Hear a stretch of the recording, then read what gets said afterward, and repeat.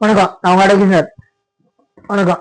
நம்ம திமுக அடிமட தொண்டர் வந்து மூத்த தலைவருக்கு நாடகோஷி தலைவர் இருக்கும் என்ன சொல்றாரு, கூத்தாடி. அப்போ உங்க நாடகோஷோட சூப்பர்வைசர் இல்லாட்டி மேனேஜர் அதை வச்சுக்கோங்க. யார சொல்ற? நம்ம உதயநிதி சொல்றேன், துணை சிஎம் சொல்ல, உதயநிதி சொல்றேன். அவர் என்ன எங்க இருந்தாரு, எந்த துறையில் இருந்தாருன்னு நீங்க யோசிச்சுக்கோங்க. எனக்கு தெரியாது. அவர் எப்பேற்பட்ட ஐடி கம்பெனி இருந்தாரு தெரியுமா? 1000 பேருக்கு சம்பளமா பொற்காசுகள் விட்டு வச்சுருக்காரு. அவனை கொண்டு வந்து உட்கார வச்சிங்க. யோசிக்கிறதுல துணை சிஎம் உட்கார வச்சிங்க. வைக்கணுங்களா? பட் நீங்க சொல்றது உங்க ஆட்சி உங்க கட்சியில நடக்குதுன்னு பாருங்க. கேட்டா நாடக தலைவர் வந்து அதெல்லாம் பழைய போறோம், 75 வருஷம் ஆண்ட வச்சு பேட வச்சு சொல்ற காரணம் சொல்லாதீங்க அப்படிங்க. நான் உங்க டீடைல்ஸ் அப்டேட் பண்றேன். எப்போ திருப்பி இது நோட்டீஸ் அனுப்பிச்சு எடுக்கணும். 3 நோட்டீஸ். பல துறையில நம்ம கே நேரு அவர்கள் அங்கிள் சொன்னா நீங்க மாமா நினைச்சீங்க. எவ்வளவு பெரிய உத்தமரங்க நீங்க தான். அங்கிளுக்கு மாமான அர்த்தம் தான். நீங்க அவ்வளவு பெரிய படிப்பு பேராதீங்க. அங்கிள்னா மாமான்னு ஒரே ஒரு அர்த்தம் தான் இருக்குன்னு சொல்லி உறுதிப்படுத்தின நாடக தலைவர் வாழ்க.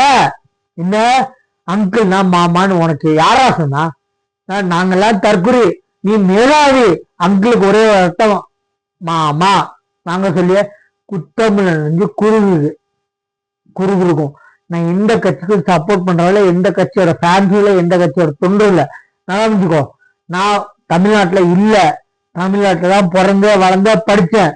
சரியா? இன்னைக்கு ஓட்டு அங்கதான் இருக்கு, தமிழ்நாட்டுல தான் இருக்கு. ஆனா நீங்க பண்ற அராஜகம் என்னை கட்டுப்படுத்தவே முடியலடா. என்ன அந்த அளவுக்கு அராஜகம், கொலை கற்பழிப்பு, பேர் போயிடுச்சுடா. அந்த அளவுக்கு பாக்குறீங்க. திமுக காரன காலை தூக்கிட்டு திமுக காரன்டா அவன் எம்எல்ஏ அடிச்சிருக்கான் பாரு. நியூஸ் வந்து போடுற ஓங்கி அடிக்கிறான். அவன் பையன் போன் பண்ணி ஆடியோ ரிலீஸ் இருக்கு, பெட்ரோல் பங்க்ல இருக்க சிசி காரெல்லாம் அடிச்சிருக்கு புடுற மாதிரி பேசுறீங்களா? அது அவ்வளோ கேட்டு கேள்வி எங்க கிட்ட அமைச்சரும் கேக்குறான். எப்போ எங்க யார் அடிச்சா வாக்குறுதி கொடுக்குறேன்னு உங்களுக்கு வெக்கமா இல்ல? நேற்று நடந்தது நியூஸ்ல திருப்பி போட்டுருக்காங்க. பாக்குறது துப்பு இல்ல. ஒரு கூட்டணி கட்சி தலைவர் என்ன கூட்டணி கட்சி ரவுடிய அப்படி சொன்னாதான் பொருத்தமா இருக்கும். அவன் கார்ல கண்ணாடி காருக்குள்ள இருந்து கண்ணாடில இருந்து வெளியே பாக்குறான். அமைச்சர் நேற்று காலையில் நடந்த சம்பவம் தெரியலையாம். துப்பு என்ன நடக்குது? உங்களுக்கு அறிவில்ல? சொல்றதுக்கு ஒரு அறிவுதான் இருக்கு. விட்டுருடா. இப்படியாரு விட்டுறது தெரியலன்றீங்க, பாக்கலன்றீங்க. கார்ல கண்ணாடிக்கு வெளியே பார்க்காதான் ரவுடி வேலையா. நேற்று காலையில் நடந்த விஷயம் திருப்பி ஆன்லைன்ல நியூஸ்ல போட்டுட்டே இருக்காங்க. பார்க்கலையாம். வாக்குறுதி கொடுக்க அப்படின்னு நாய்சகர் தக்கைக்கிறான்ல, அதெல்லாம் அறநிலைத்துறையா? குப்பை ஆடுறது கூட அவங்களுக்கு லாய்க்கல. என்ன சொல்றேன்னா, எந்த குப்பை சொல்றா தூய்மை பணியாளர்கள் அவங்க சொல்ல, அவங்க கூட வீட்டுக்கு போய்தான் இவெல்லாம் கெட்டவர்கள் அளவுக்கு குப்பை கிளற சித்தவங்க நேரத்துல வாக்கரிசி வைப்பாங்க. அந்த அரிசியை புழுங்கி திங்கிறோம்டா நாய்சகர்னா. வெக்கமல்ல? அதை விட்டு கேவல திட்ட முடியலையா?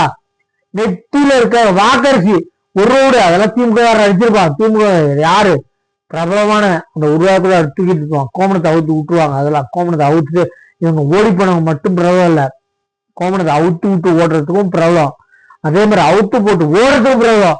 யாரு? நம்ம நாய்சகரு, நம்ம செல்வ பெருந்தகை, பித்தளை தமிழ் செல்வன், சில பேர் ஒரு 4-5 பேர் அவங்க தொகுதிக்கு போயிருக்காங்க.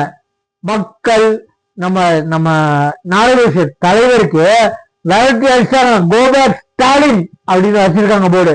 நான் கேக்குற துப்பு இல்லையா? இந்த இதுல 200 தொகுதிக்கு ஜெயிக்கிறாங்க. அதேதான் வார்த்தை தலைவிச்சு.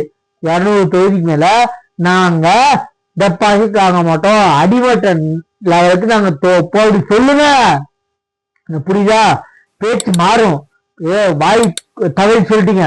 200 தொகுதியில் ஜெயிக்கிறது 200 தொகுதியில இந்த வாட்டி வெளியே மக்கள் கொதிப்புல இருக்காங்க. சரிங்களா? அதாவது எப்படிதான் பரிவாங்க இருக்காங்க. இந்த வாட்டி 200 தொகுதிக்கு மேல டெபாசிட் இழக்கப்படும். எழுதி வச்சுக்கோங்க. சரிங்களா? நம்ம சேனல் சப்ஸ்கிரைப் பண்ணி பாருங்க. தேங்க்யூ.